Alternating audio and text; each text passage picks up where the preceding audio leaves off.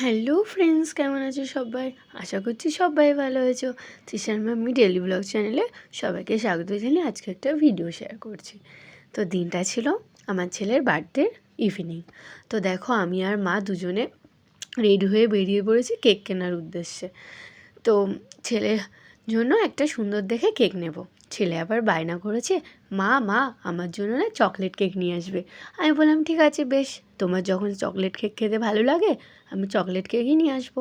আমার ছেলের যখন বার্থডে আসেনি তার কিছুদিন আগে থেকেই বলছে, মা আমার বার্থডেতে না চকলেট কেক আনবে, আমি চকলেট কেক কাটবো। তো প্রথমে আমরা গেলাম মন জিনিসে। তো মন জিনিসে দিয়ে কেকগুলো দেখছিলাম।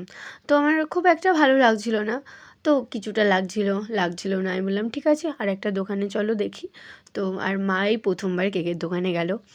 প্রথমে আমি ভাবছিলাম যে আমি একাই যাব কেকের দোকানে।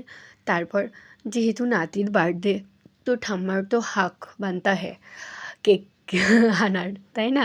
মানে কেক পছন্দ করার আর কি, চয়েস করার।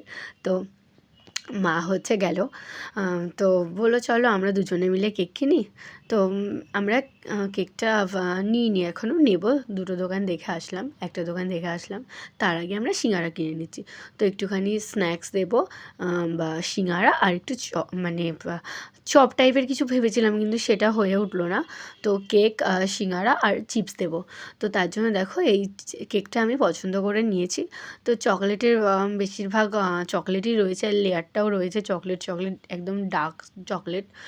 তো সেখানেই আমরা গেলাম। আর এই দোকানটা মন জিনিস থেকে দেখে আসার পর এটা ছিল দিস সুগার অ্যান্ড স্পাইস।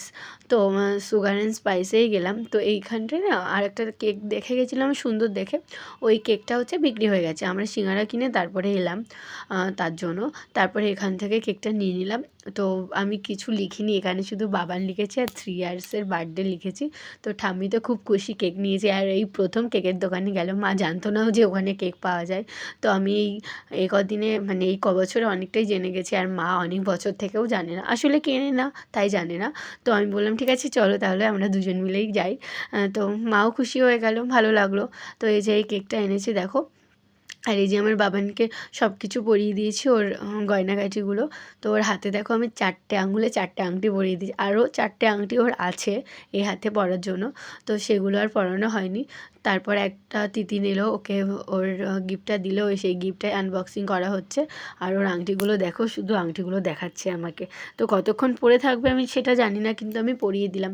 আমার ইচ্ছা ছিল যে 2 হাতেই আংটি পরিয়ে দেবো, 4টে 4টে 8টা আংটি ওর বার্থডেতে গিফট পেয়েছিলো। তো দিইনি। তো 4টেই সামনাসামনি পেয়ে গেলাম, 4টেই দিয়ে দিলাম, আর 4টে বাদে দেবো। আর এই যে আমার ছেলের এত তাড়া দেখো, ও নিজে নিজেই কিন্তু হ্যাপি বার্থডে লেখাটা ওখানে বসিয়ে দিল। তারপরে এই যে এই স্টিকটা দিচ্ছে, তো ওই সব নিজেই করবে। তারপরে লাইটারটাও জ্বালতে চাইছিল কিন্তু জ্বালতে পারে না, তার জন্য ওই যে পুরো রেডি হয়ে গেছে দেখো। এত খুশি ও। ওর ও যখন বড় করে বার্থডে করেছিলাম, ও বাবানের বার্থডে করেছিলাম 2 বছর বয়সে। তো ওর 1 বছর আগে, ও তখন একটু ছোট ছিল, বুঝতো না আর কি বার্থডেতে এত এক্সাইটেড ব্যাপারটা, কেক কাটিং হবে এরকম ও বুঝতো না, কিছুটা কম বুঝতো। তো এখন যেহেতু খুব বুঝে গেছে, তো ওর জন্য কারোর বার্থডে হলে বলতো, মা বার্থডে হচ্ছে কেক কাটবো, আমার কবে বার্থডে আসবে, সবার বার্থডে হচ্ছে আমার কেন বার্থডে হচ্ছে না।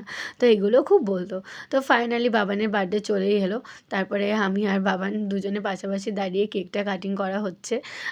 তো বাবান জানো তো, কেকটা কেটে ফার্স্ট আমাকেই কিন্তু খাওয়াবে। যেহেতু আমি মা, তো ওর সব থেকে আগে আমার কথাই মনে পড়ছে। দেখো আমাকে কেকটা, এই দেখো আমাকে আগে কেকটা খাইয়ে দিল। কিন্তু দেখো, আমি কিন্তু একদম আশা করিনি যে আমাকে কেকটা খাওয়াবে, আমি ভেবেছিলাম যে আমাকে খাওয়াবে না। তো দেখলাম যে বাবান আমাকেই কেকটা খাইয়ে দিল। আর ওকে আমি বারবার বলছিলাম যে বাবার মোমবাতিটা নিভিও না, কিন্তু ও মোমবাতিটা নিভিয়ে দিচ্ছিল।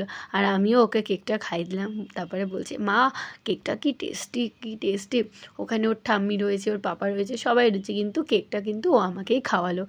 কারণ মা আর ছেলে যে টানটা, সেটা তো মানে কোনো একটা অনুষ্ঠান হলে বোঝা যায়, তাই না? যেমন বার্থডেতে কেক কাটলো, ফার্স্ট আমাকেই খাওয়ালো, সেটা একটা ব্যাপার। তো এই অনুভূতিগুলো এত ভালো লাগে না, এত ভালো লাগে কি বলবো। এই ফিলিংসগুলো কাউকে না বলে বোঝানো যায় না।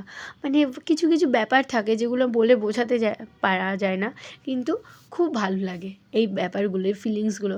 বাবান যখন হয়েছিল মানে ও যখন ডেলিভারি মানে আমার ডেলিভারি হয়ে গেল, ওকে যখন আমার প্রথম কোলে দিয়েছিল মানে আমাকে আমার বুকের ওপর ওকে দিয়েছিল, মানে সেই যে ফিলিংস একটা, যদি ওখানে ক্যামেরাবন্দি করার থাকতো না আমি করে নিতাম, কিন্তু সেখানে ক্যামেরাবন্দি করার কোনো উপায় ছিল না, যেহেতু ওটা ডেলিভারি লেবার রুম, তো কোনো কিছু করার ছিল না। মানে সেই যে একটা এক্সাইটেড ব্যাপারটা, মানে মানে বলে বোঝানো যাবে না সেই যে অনুভূতিটা।